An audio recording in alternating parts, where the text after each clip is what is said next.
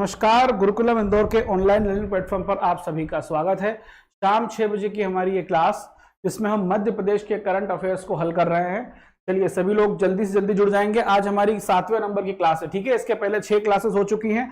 आप लोग वो सारी क्लासेस गुरुकुलम इंदौर के यूट्यूब चैनल पर देख सकते हैं, उससे आपको काफी फायदा मिलेगा, ठीक है। तो सभी आप लोग देख लीजिएगा क्लास को गुरुकुलम इंदौर के चैनल पर, ठीक है। चलिए सभी लोग जुड़ जाएंगे और जो भी लोग जुड़ गए हैं तुरंत लाइक और शेयर कर देंगे। सभी लोग जुड़ जाएंगे तुरंत।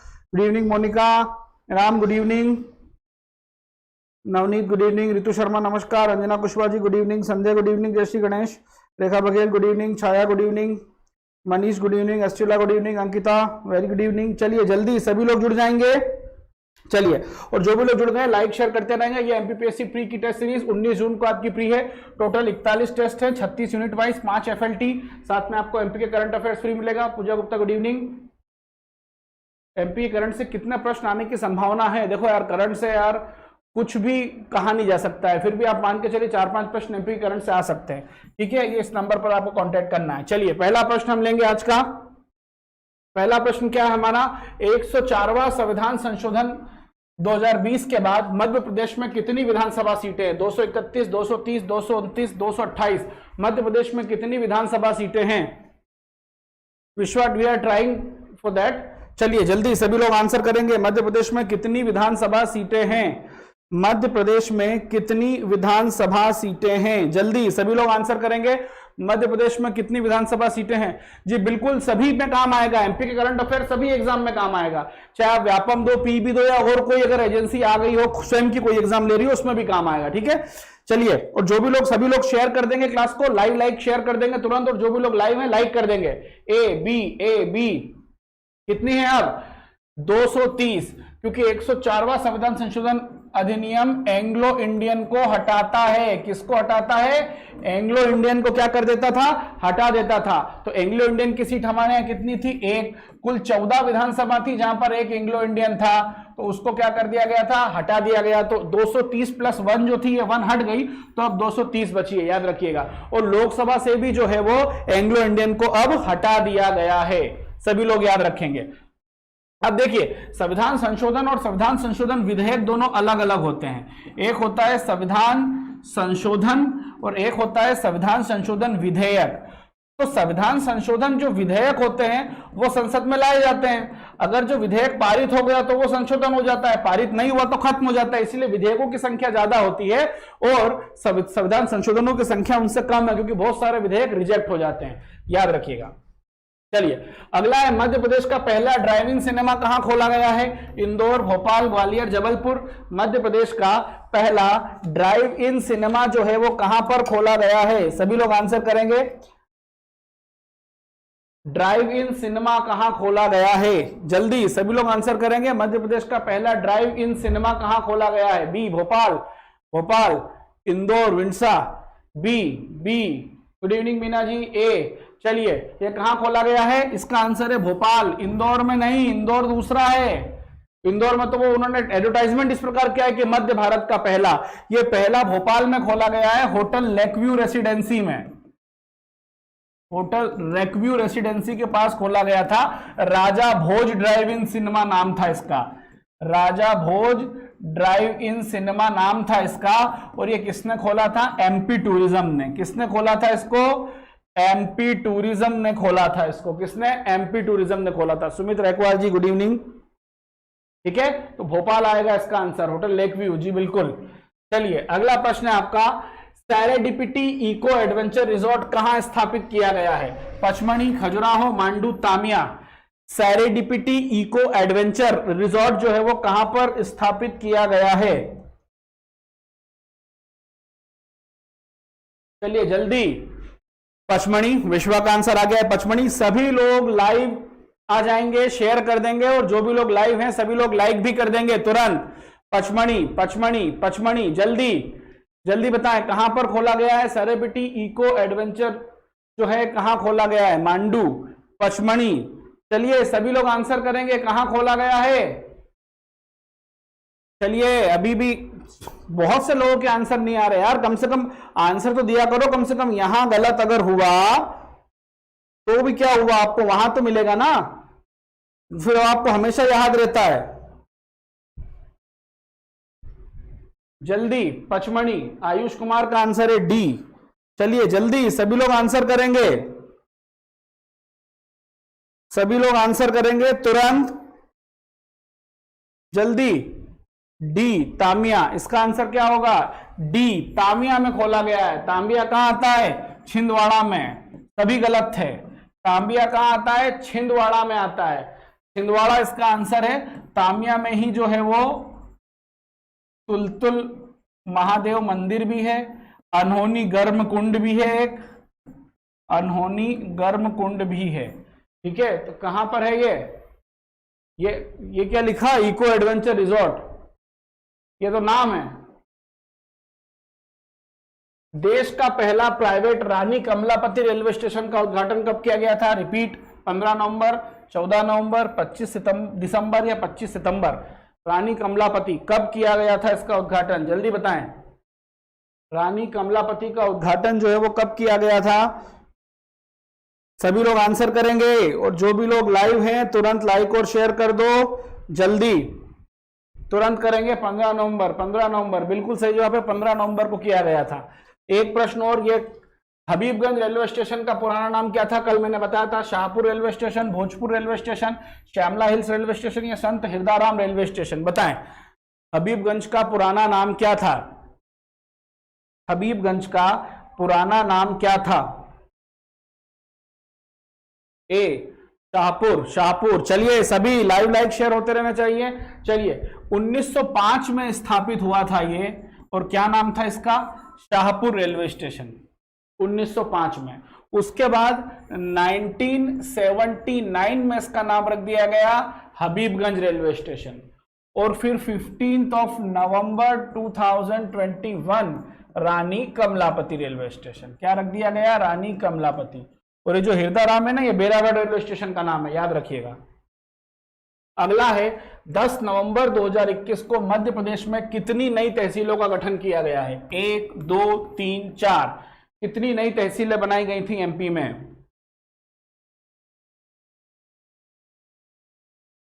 जल्दी बताएं। डी 4 जी बिल्कुल 4। कोई मूंदी थी खंडवा की, एक किल्लोद बनाई थी, वो भी खंडवा में स्थापित की गई थी। दिगोड़ा टीकमगढ़ की थी, एक धुलकोट थी। ठीक है, 4 थी, चारों का नाम गिना है, 4 थी, याद रखिएगा। अब 10 नवंबर 2021 के बाद मध्य प्रदेश में कुल तहसीलों की संख्या कितनी हो गई थी? 4 थी।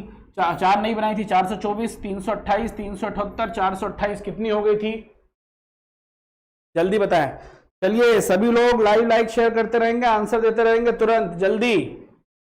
4 नहीं बनाई गई थी तो कितनी हो गई? एमपीबीबी में मैक्सिमम यूआर कैटेगरी की मैक्सिमम एज कितना है? यार ये सवाल क्लास के बीच में आके पूछने का क्या सेंस बनता है भाई? 40 ईयर्स है, अगर आप कैटेगरी में हो तो 45 ईयर्स हो जाएगी।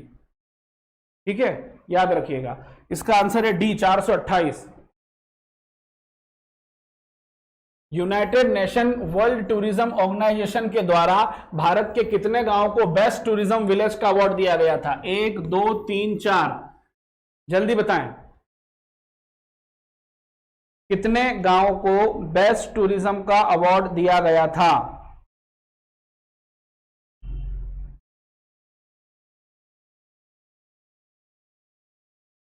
चलिए जल्दी। 4, ए 1, सी 3, 4 ए, सॉरी 3 ए 1। कितने गांवों को दिया गया था? चलिए सभी लाइव लाइक शेयर और आंसर करते रहो। क्या है इसका आंसर? 3 को दिया गया था। एक तो लाडपुरा खास, ये तो एमपी का ही गांव है। लाडपुरा खास ये किसका गांव है? एमपी का। ठीक है, लाडपुरा खास कहां का था? एमपी का।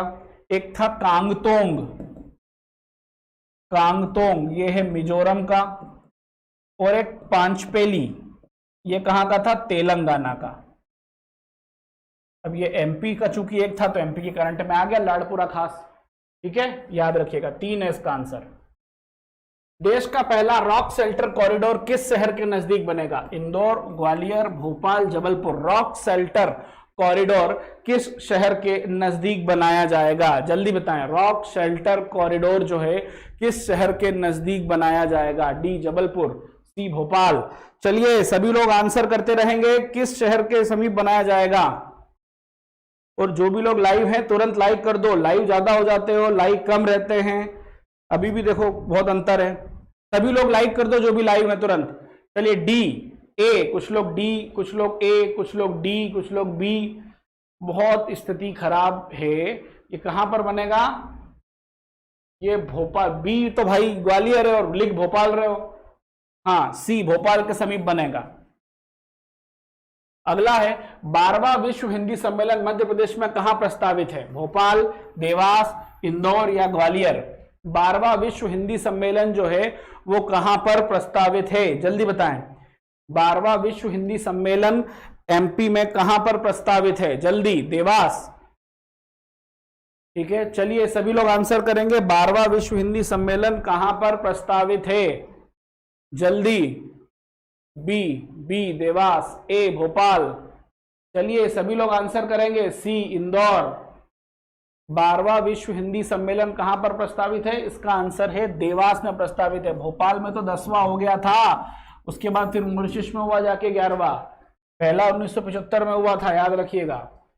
जनवरी 2021 को इंदौर की गोताखोर पलक शर्मा को कौन सा पुरस्कार दिया गया है, प्रभाष जोशी पुरस्कार, प्रधानमंत्री राष्ट्रीय बाल पुरस्कार, एकलव्य पुरस्कार या विक्रम पुरस्कार। कौन सा पुरस्कार दिया गया है, पलक शर्मा क्या है, गोताखोर, कहां की है, इंदौर की। 3 प्रश्न हैं,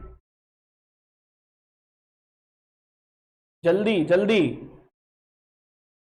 कौन सा पुरस्कार दिया गया है, बी प्रधानमंत्री राष्ट्रीय बाल पुरस्कार। देख लेते हैं। चलिए बिल्कुल, पलक शर्मा और एक अनुज जैन, 2 नाम हमने देखे थे। अगला है पद्मश्री से सम्मानित भूरीबाई का संबंध किस क्षेत्र से है, चित्रकारी, संगीत, नृत्य या लेखन। पद्मश्री से सम्मानित भूरीबाई का संबंध किस से है, चित्रकारी, संगीत, नृत्य या लेखन। जल्दी सभी लोग आंसर करेंगे, पद्मश्री से सम्मानित भूरीबाई का संबंध। ए ए ए चित्रकारी, चित्रकारी बिल्कुल। जिसने भी सी दिया एक बीच में मुझे दिखा था, अभी मुझे याद नहीं, बी वाले और सी वाले बहुत दिक्कत है। चित्रकारी इसका सही आंसर, या पिटोल से संबंधित है, झाबुआ के, याद रखिएगा। अगला है आपका प्रश्न, इंदौर शहर का भंवरकुआं चौराहा अब किस नाम से जाना जाएगा, टंटिया मामा चौराहा, भीमा नायक चौराहा, खाजिया नायक चौराहा या शंकर शाह चौराहा। किस नाम से जाना जाएगा, भंवरकुआं चौराहा। जो एमपीपीएससी वालों के लिए ज्यादातर कोचिंग्स आपको यही मिलेंगी, लाइब्रेरीज आपको यही मिलेगी। कोई अगर इंदौर तैयारी करने आता है तो इस क्षेत्र में जरूर जाएगा वो। चलिए संख्या कम नहीं होनी चाहिए, लाइव लाइक शेयर करते रहो तुरंत, संख्या कम नहीं होनी चाहिए। और जो भी लोग लाइव हैं सभी लोग लाइक करेंगे तुरंत, जल्दी। चलिए टांटिया, टांटिया बिल्कुल सही जवाब है, टांटिया। और ये शंकर शाह के नाम पर तो छिंदवाड़ा में विश्वविद्यालय का नाम रखा गया है, ठीक है, याद रखिएगा। चलिए अगला प्रश्न है, तानसेन पुरस्कार 2020 निम्न में से किसे प्रदान किया गया है, लता मंगेशकर, सतीश व्यास, प्रभाकर कारेकर या पंडित रविशंकर। तानसेन पुरस्कार 2020 किसे दिया गया था, ठीक है, जल्दी बताएं। और वो जो 22 नवंबर 2021 को वो नाम दिया गया है टंटिया चौराहा, कब दिया गया है, 22 नवंबर 2021 को, याद रखिएगा। और ये आप सोच रहे होंगे 2020 का, तो क्या होता है कई बार 2022 में ही 2019, 20, 21 तीनों दिए जाते हैं, तो है वो करंट का ही प्रश्न, ठीक है, जल्दी बताएंगे किसे दिया गया, बी सतीश व्यास। चलिए बिल्कुल सही जवाब है बी सतीश व्यास, इसका आंसर है ये संतूर वादक है। क्या है, ये भी आपसे प्रश्न पूछा जा सकता है, कौन है ये संतूर वादक है। अगला प्रश्न है आपका, कालिदास सम्मान 2020 रंगकर्म के क्षेत्र में किसे दिया गया है, श्री वामन केंद्रे मुंबई, श्री धू मिस्त्री बड़ौदा, सुश्री शांता वीपी धनंजय चेन्नई या पंडित भजन सोपोरी दिल्ली। किसे दिया गया है, जल्दी सभी लोग आंसर करेंगे।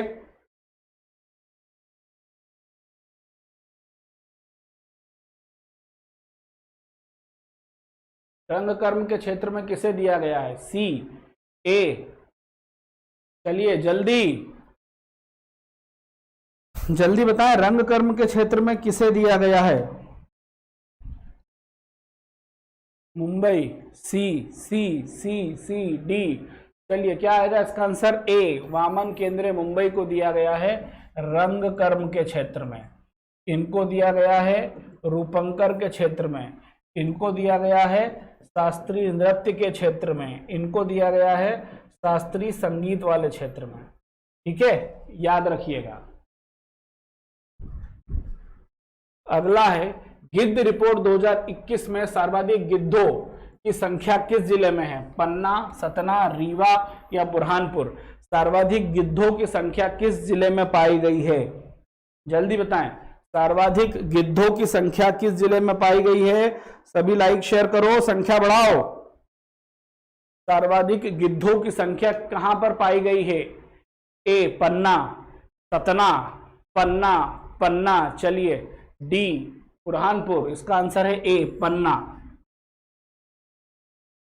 टोटल 981 गिद्ध मिले थे यहां पर, इसलिए इसको गिद्ध जिला भी कहा जाता है। अगला है चिंटू चीता शुभंकर जारी करने वाला राष्ट्रीय उद्यान है। चिंटू द चीता, सतपुड़ा राष्ट्रीय उद्यान, बांधवगढ़ राष्ट्रीय उद्यान, पन्ना राष्ट्रीय उद्यान या कूनो पालपुर राष्ट्रीय उद्यान? जल्दी बताएं। डी चिंटू चीता शुभंकर जारी करने वाला कौन है? जल्दी बताएं, सभी लोग आंसर करेंगे तुरंत। चिंटू चीता शुभंकर जारी करने वाला राष्ट्रीय उद्यान जो है वो कौन सा है? बी वाले सुधर जाओ भाई, ऐसे प्रश्न मत गलत करो यार, फिर पीएससी को मत कोसो। इसका आंसर है डी पालपुर कूनो। इन्होंने किया है क्योंकि अफ्रीका से चीता लाया जा रहा है यहां पर, तो इनका क्या है? चिंटू चीता। भीमबेटका रॉक शेल्टर से किसने बनाया है अपना लोगो? रातापानी ने। भूर सिंह द बारासिंगा किसका है? कान्हा का, तो ये याद रखना। अगला है मध्य प्रदेश के आगर में कितने मेगावाट का सोलर प्लांट प्रस्तावित है? 550, 450, 500, 750? आगर में कितने मेगावाट का प्रस्तावित है सोलर प्लांट? जल्दी, आगर में कितने वाट का सोलर प्लांट प्रस्तावित है? जल्दी। डी 750। डी वाले यहीं हट जाओ, ठीक है। अब उत्तर मत देना इस प्रश्न का, अगले प्रश्न का देना। डी वाले यहीं हट जाओ। ए डी, ये गुड़ रीवा का है यार भाई मेरे। रीवा पूछ रहा हूं कि आगर मालवा पूछ रहा हूं, कुछ तो समझो यार। 550 मेगावाट, ठीक है। एक शाजापुर में भी लगेगा, याद रखिएगा, 450 का। सुभदा भोसले गायकवाड़ का संबंध है? Cricket umpire, hockey coach, Mallakhamb खिलाड़ी या सीधी सी सांसद? सुभदा भोसले गायकवाड़ क्या है ये? सुभदा भोसले गायकवाड़ जो हैं ये क्या हैं? जल्दी बताएं। ए क्रिकेट एम्पायर। अच्छा चलिए देख लेते हैं। एम्पायर, एम्पायर ऐसे आएगा, यू से अंपायर, ठीक है। जल्दी है। क्रिकेटर, क्रिकेटर तो है नहीं है यार भाई आयुष जी, क्रिकेट एम्पायर है ये। चलिए मलखंब खिलाड़ी नहीं है, ये क्रिकेट एम्पायर है। सबसे कम उम्र की है ये, कम उम्र की महिला एम्पायर है। और है कहाँ की? ग्वालियर की है। कहाँ की है ये? ग्वालियर की, याद रखिएगा। अगला है मनु भंडारी एक प्रसिद्ध थी। ये दूसरी तीसरी बार कर रहा हूं, मनु भंडारी से प्रश्न बन सकता है। कहानीकार, चित्रकार, गीतकार, पत्रकार। मनु भंडारी जो है वो कौन थी? भानपुरा की है। ये कहाँ की है? भानपुरा तहसील, भानपुरा की है ये, याद रखिएगा। क्या थी ये? मनु भंडारी। जल्दी बताएं, सभी लोग आंसर करेंगे। मनु भंडारी जो थी वो क्या थी? और जो भी लोग लाइव हैं तुरंत लाइक कर दो, संख्या बढ़ाओ। चलिए ए कहानीकार थी, मंदसौर की भानपुरा तहसील से जन्मी है। ये कहाँ की है? मंदसौर की भानपुरा तहसील की है। ये कहाँ की है? मंदसौर की भानपुरा तहसील की है। पहली चीज आपने कर दी, कहानीकार हैं ये। दूसरा कि विक्रम विश्वविद्यालय जो है वो कहाँ है? उज्जैन में। वहां पर जो प्रेमचंद सजन पीठ बनी है, जो प्रेमचंद सजन पीठ बनी है उसकी क्या है? ये अध्यक्ष हैं। अगला है डॉक्टर चंद्रा नायडू का निधन 2020 में हुआ, वह किस क्षेत्र से संबंधित थे? महिला क्रिकेट कमेंटेटर, महिला क्रिकेट अंपायर, महिला हॉकी खिलाड़ी, महिला फुटबॉल खिलाड़ी। डॉक्टर चंद्रा नायडू का जो निधन हुआ है वो किस खेल से, मतलब क्या थी वो चंद्रा नायडू? जल्दी, चंद्रा नायडू। चलिए जल्दी सभी लोग आंसर करेंगे। चंद्रा नायडू, चलिए चंद्रा नायडू, चलिए कमेंटेटर, अच्छा ए, चलिए बिल्कुल सही जवाब है, महिला कमेंटेटर थी। और एक चीज और, ये कर्नल जो सी के नायडू है ना, उनकी पुत्री हैं। ये भी कर्नल सी के नायडू भी क्या थे, क्रिकेटर रहे हैं। कर्नल सी के नायडू ये उनकी पुत्री हैं। क्या है, ये उनकी पुत्री रही हैं, याद रखिएगा। चलिए अगला प्रश्न है आपका, डिंडोरी जिले की किस महिला ने संयुक्त राष्ट्र संघ न्यूयॉर्क में भाषण दिया है? रेखा दराम, संपत्तिया उइके, मुस्कान किरार या खुशबू खान, किसने दिया है? अब देखिए यहाँ दो प्रश्न तैयार हो रहे हैं कि संयुक्त राष्ट्र में एक महिला ने भाषण दिया है, वो कहाँ की है? डिंडोरी की। दो प्रश्न तो आपके यहीं तैयार हो गए। अब तीसरा हम नाम तैयार कर लेंगे, तो एक प्रश्न में हम तीन चीजें तैयार कर रहे हैं। बताएं कौन है जिसने दिया है? ए, कुछ लोग ए कह रहे हैं, कुछ लोग बी भी कह रहे हैं। चलिए जल्दी सभी लोग बताएंगे कि डिंडोरी जिले की कौन सी महिला है जिसने जो है वो संयुक्त राष्ट्र संघ यूएनओ में भाषण दिया है जाके, यूएनओ 1945 24 अक्टूबर। चलिए इसका आंसर है ए, रेखा दराम। क्या है? ए, रेखा दराम। चलिए अगला है, मध्य प्रदेश सरकार ने लाडो अभियान की ब्रांड एम्बेसडर किसे नियुक्त किया है? लाडो मतलब जो बाल विवाह को रोकने के लिए शुरू किया गया था। किससे? लाडो जो है वो बाल विवाह को रोकने के लिए शुरू किया गया था। माधुरी दीक्षित, विद्या बालन, दिया मिर्जा, इशिता विश्वकर्मा, किसे बनाया गया है? जल्दी बताएं। लाडो अभियान का जो है वो किसे बनाया गया है? जल्दी बताएं, सभी लोग आंसर करेंगे। चलिए जल्दी जल्दी। माधुरी को तो ममता अभियान का बनाया गया था, माधुरी दीक्षित को हमने किसका बनाया था? ममता अभियान का बनाया था। इसका आंसर क्या होगा? इसका आंसर होगा डी, इशिता शर्मा। ये क्या है? गायिका है। क्या है? सिंगर है ये। और कहाँ की है? जबलपुर की है। कहाँ की है ये? जबलपुर की है। अगला है, बांधवगढ़ इनहेरिटेंस पुस्तक का विमोचन भोपाल में किया गया। इसके लेखक कौन है? अनिल माधव दवे, चेतन सोलंकी, बिट्टू सहगल या बाबू लाल दहिया। बांधवगढ़ इनहेरिटेंस, जल्दी बताएं।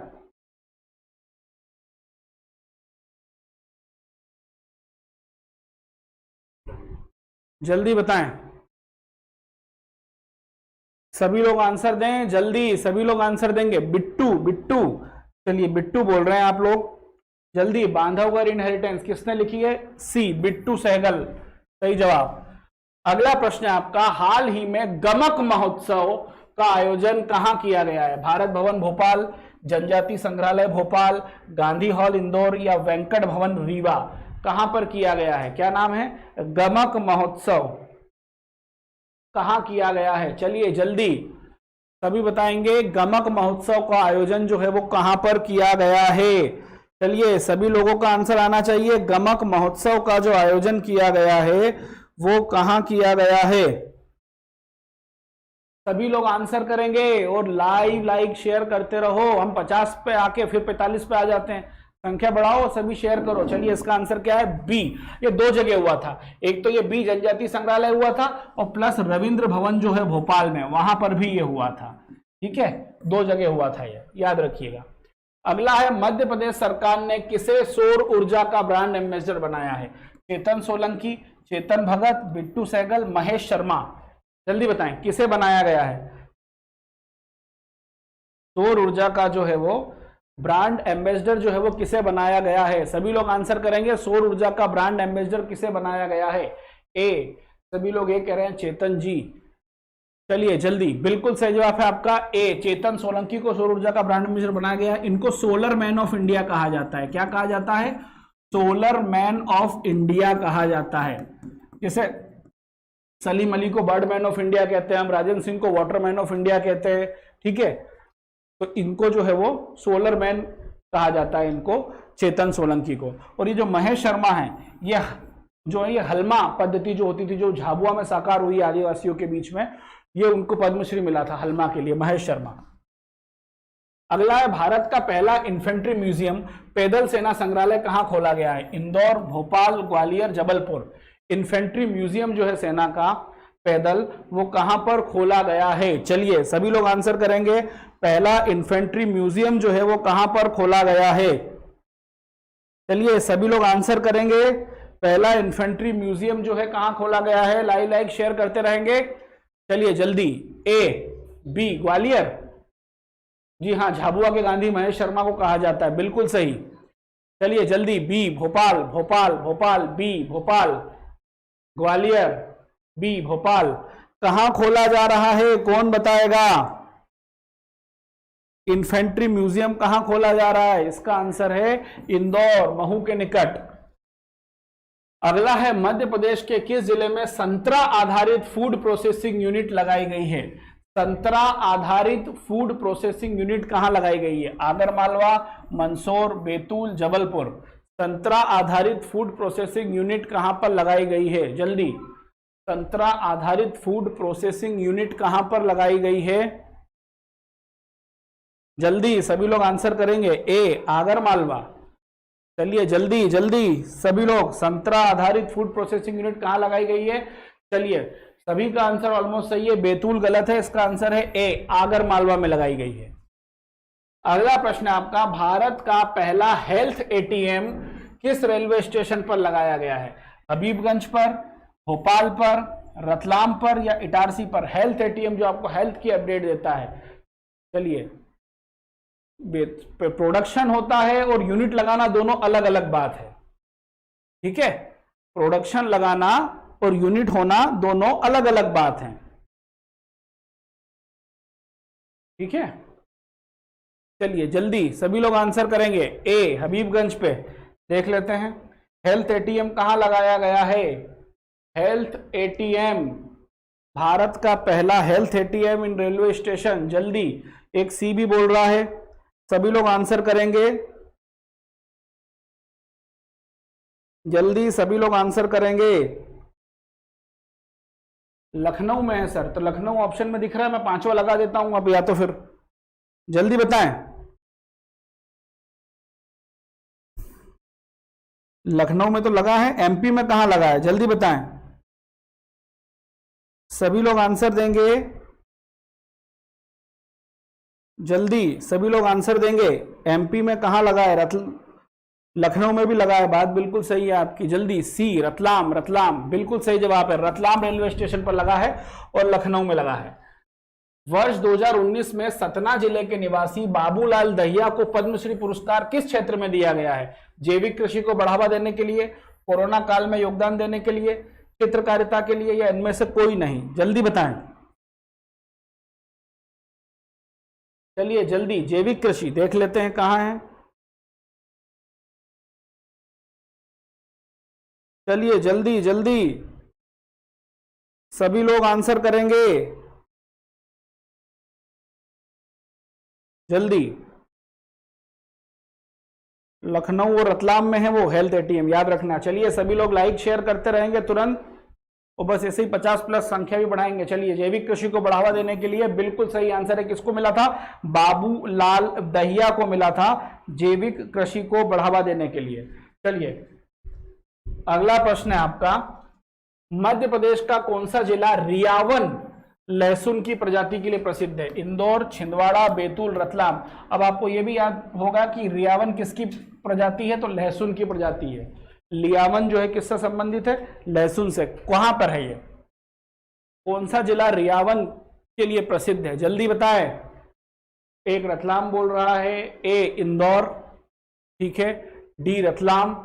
रतलाम बिल्कुल सही जवाब है, रतलाम जो है वो प्रसिद्ध है रियावन लहसुन की प्रजाति खेती के लिए। अगला है, मध्य प्रदेश में पशु गणना 2019 के अनुसार बकरियों की संख्या है 18.7 मिलियन, 11.06 मिलियन, 10.3 मिलियन या 9 मिलियन? बकरियों की संख्या कितनी है एमपी में? जल्दी बताएं, बकरियों की संख्या कितनी है? और ये जो है पशु जनगणना कितने साल में होती है? 5 साल में होती है, याद रखना। हमारी जनगणना 10 साल में होती है, पशु की जनगणना 5 साल में की जाती है भारत में, ठीक है, याद रखिएगा। बी बी बी बिल्कुल सही जवाब है, बी। 11.6 मिलियन जो है ये बकरी है और 18.7 मिलियन गाय है एमपी में, गोवंश। हाल ही में पूर्व मुख्यमंत्री कैलाश जोशी का निधन हुआ, वह मध्य प्रदेश के किस जिले से संबंधित थे? सीधी, रीवा, ग्वालियर, देवास। कैलाश जोशी किस जिले से संबंधित थे? ये 8 बार विधायक रहे, 2 बार लोकसभा सांसद रहे, एक बार राज्यसभा सांसद रहे, पहले गैर कांग्रेसी सीएम माने जाते हैं, प्योर, जो कभी कांग्रेस में रहे ही नहीं, पहले गैर कांग्रेसी सीएम है। इनको राजनीतिक संत भी कहा जाता था, राजनीतिक संत की उपाधि दी गई। दीपक जोशी जो अभी आप सुनते हो नाम, जो सीएम मतलब जो मंत्री हैं, ठीक है, वो क्या हैं, वो इनके बेटे ही हैं। तो कहाँ के थे ये, जल्दी बताएं। बिल्कुल सही जवाब है, देवास जिले से थे। अगला है, अटल बिहारी वाजपेयी कला केंद्र किस स्थान पर स्थापित किया गया है? मुरैना, देवास, ग्वालियर, भिंड। अटल बिहारी वाजपेयी कला केंद्र कहां पर स्थापित किया गया है? जल्दी बताएं। अटल बिहारी वाजपेयी कला केंद्र कहां पर स्थापित है? सभी लोग आंसर करेंगे और शेयर करते रहेंगे तुरंत। अटल बिहारी वाजपेयी कला केंद्र कहां पर स्थापित है? ग्वालियर, ग्वालियर, ग्वालियर, ग्वालियर, मुरैना, ग्वालियर। ये कहां पर है? मुरैना में है। अटल बिहारी वाजपेयी कला केंद्र मुरैना में है, याद रखिएगा। अटल बिहारी वाजपेयी लोक प्रशासन संस्थान जो है भोपाल, अटल बिहारी वाजपेयी विश्वविद्यालय, हिंदी विश्वविद्यालय भोपाल। देश की पहली ई कचरा क्लिनिक कहां खोली गई है, यानी इलेक्ट्रॉनिक कचरा क्लिनिक कहां खोली गई है? भोपाल, इंदौर, छिंदवाड़ा, सीहोर। देश की पहली ई क्लिनिक कहां खोली गई है? देश की पहली ई क्लिनिक कहां पर खोली गई है? जल्दी सभी लोग बताएंगे, देश की पहली ई क्लिनिक कहां खोली गई है ई कचरे के लिए? भोपाल, भोपाल। चलिए देख लेते हैं देश का पहला ई क्लिनिक। अब तो देखो इतने एडवांटेज हो गए हम कि ई क्लिनिक के साथ साथ ई वेस्ट नीति भी ले आए हैं। हम अंतरिक्ष में जाके वेस्ट खत्म कर रहे हैं, पहले वेस्ट करेंगे फिर खत्म करेंगे। इसका आंसर है ए, भोपाल में। अगला प्रश्न है, हाल ही में मिंटो हॉल का नाम बदलकर क्या कर दिया गया है? कुशाभाऊ ठाकरे हॉल, टंटिया मामा भील हॉल, पंडित दीनदयाल हॉल, रानी कमलापति हॉल। जल्दी बताएं क्या कर दिया गया है? मिंटो हॉल का नाम बदलकर क्या कर दिया गया है? मिंटो हॉल क्या था? हमारा पुराना विधानसभा भवन था। क्या था? मिंटो हॉल हमारा पुराना विधानसभा भवन था, याद रखिएगा। कुशाभाऊ, कुशाभाऊ, कुशाभाऊ, बिल्कुल सही जवाब है आपका, कुशाभाऊ ठाकरे हॉल। अगला है, 2020 में योजना आयोग का नाम बदलकर किया गया है। मध्य प्रदेश राज्य नीति एवं योजना आयोग, मध्य प्रदेश राज्य नीति एवं वित्त आयोग, मध्य प्रदेश नीति आयोग, या उपरोक्त में से कोई नहीं। क्या किया गया है? जल्दी बताएं क्या किया गया है? जी, इंदिरा गांधी तो नया भवन है, इसकी पीडीएफ आपको ऐप पर मिलेगी। कहां पर मिलेगी? ऐप पर मिलेगी, गुरुकुलम इंदौर के। ठीक है, चलिए जल्दी। ए ए ए बिल्कुल सही जवाब है आपका, राज्य नीति एवं योजना आयोग, मध्य प्रदेश राज्य नीति एवं योजना आयोग किया गया है।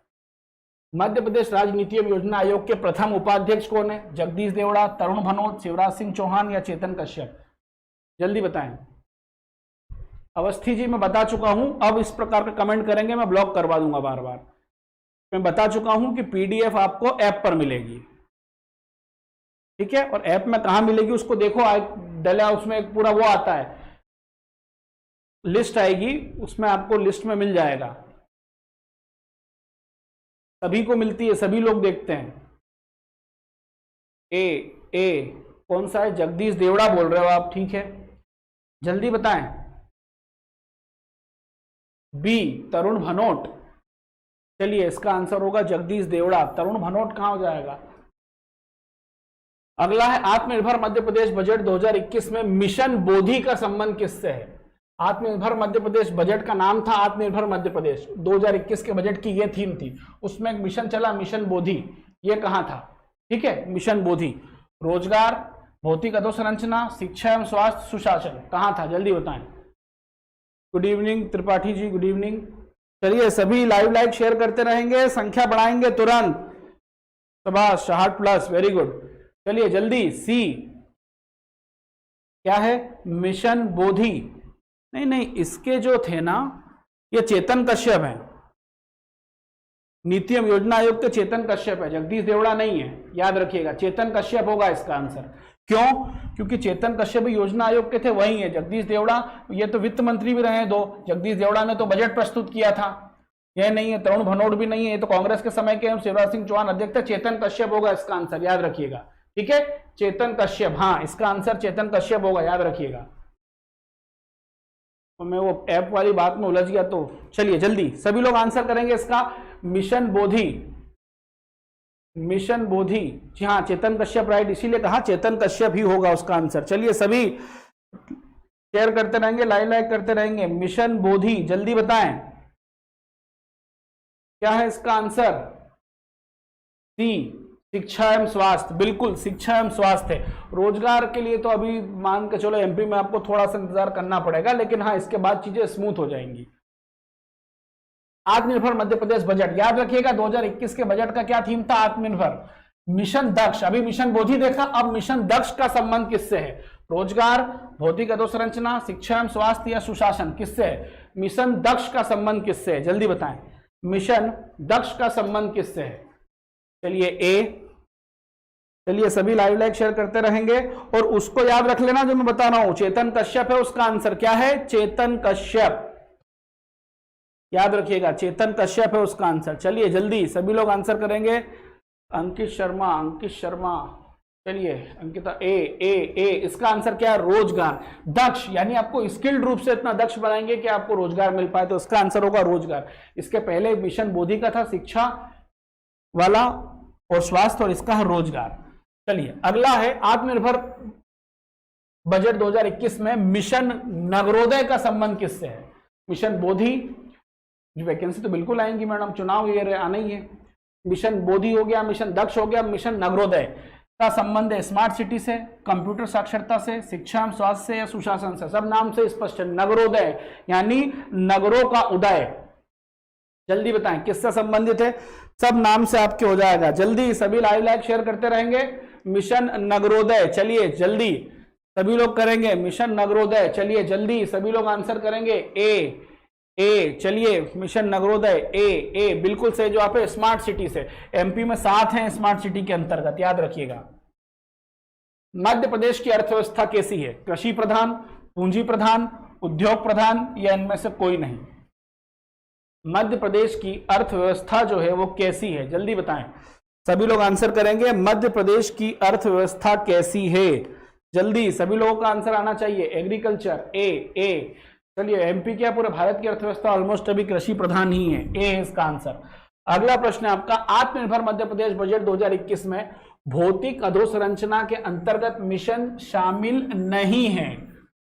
मिशन निर्माण, मिशन ग्रामोदय, मिशन नगरोदय या मिशन जनगण, कौन सा है, जल्दी बताएं कौन सा है। ठीक है प्रजापति जी, मैं ट्राई करता हूं। चलिए जल्दी बताएं भौतिक अधोसंरचना के तहत कौन सा शामिल नहीं है। अच्छा कृषि प्रधान, आप पिछले वाले का आंसर दे रहे होंगे, ठीक है बिल्कुल कृषि प्रधान सही है सुरेश जी आंसर आपका। चलिए जल्दी सभी लोग आंसर करेंगे, ठीक है सभी लोग आंसर करेंगे। तो जिसको ऐप की समस्या आ रही है, ऐप में आपको जाओगे तो मिल जाएगी ये पीडीएफ।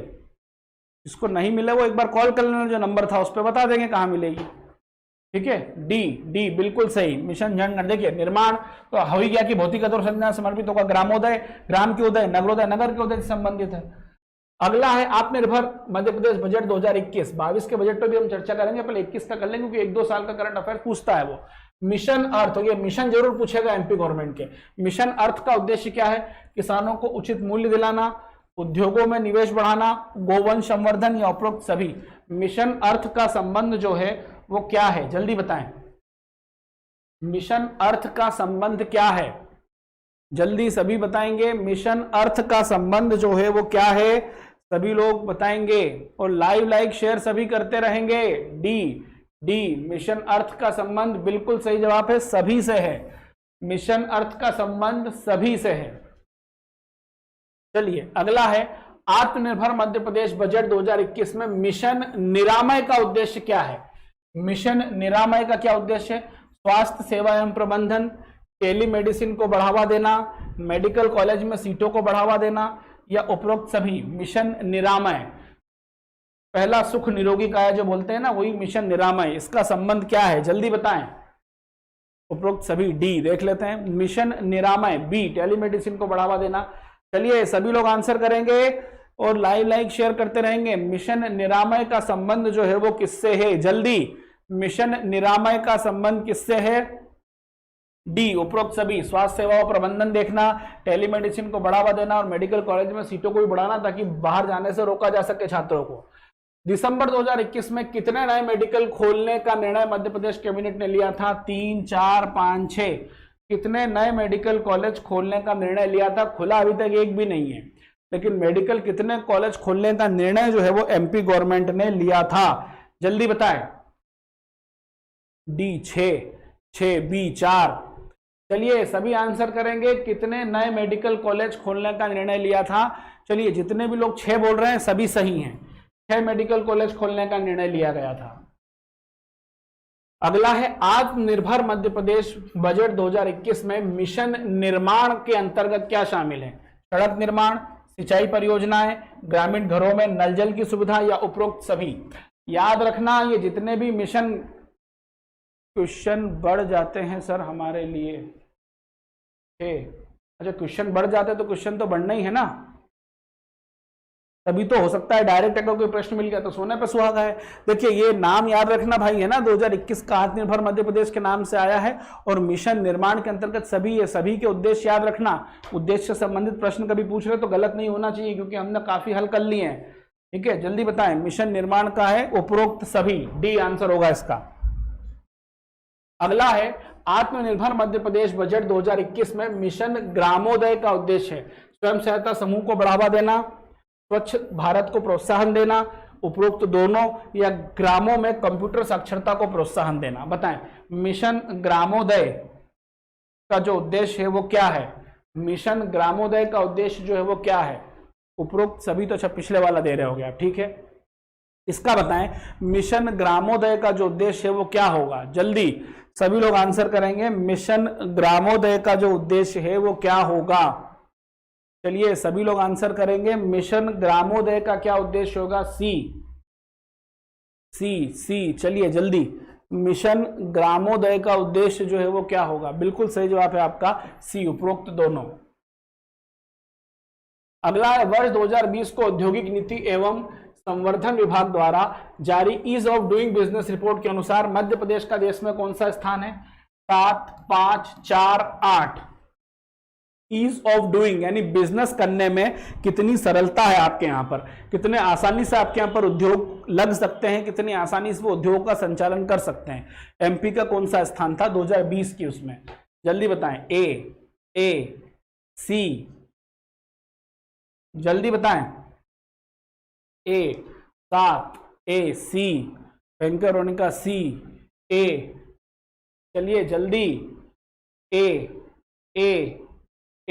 7, 7, 4, 5। ए इसका आंसर है 4, चौथा स्थान था, याद रखिएगा। हम ये मत देखो कब जारी हुई, किस सन का पूछा जाएगा उसका आंसर आप दोगे। ठीक है याद रखिएगा। चलिए ये थे हमारे आज के प्रश्न।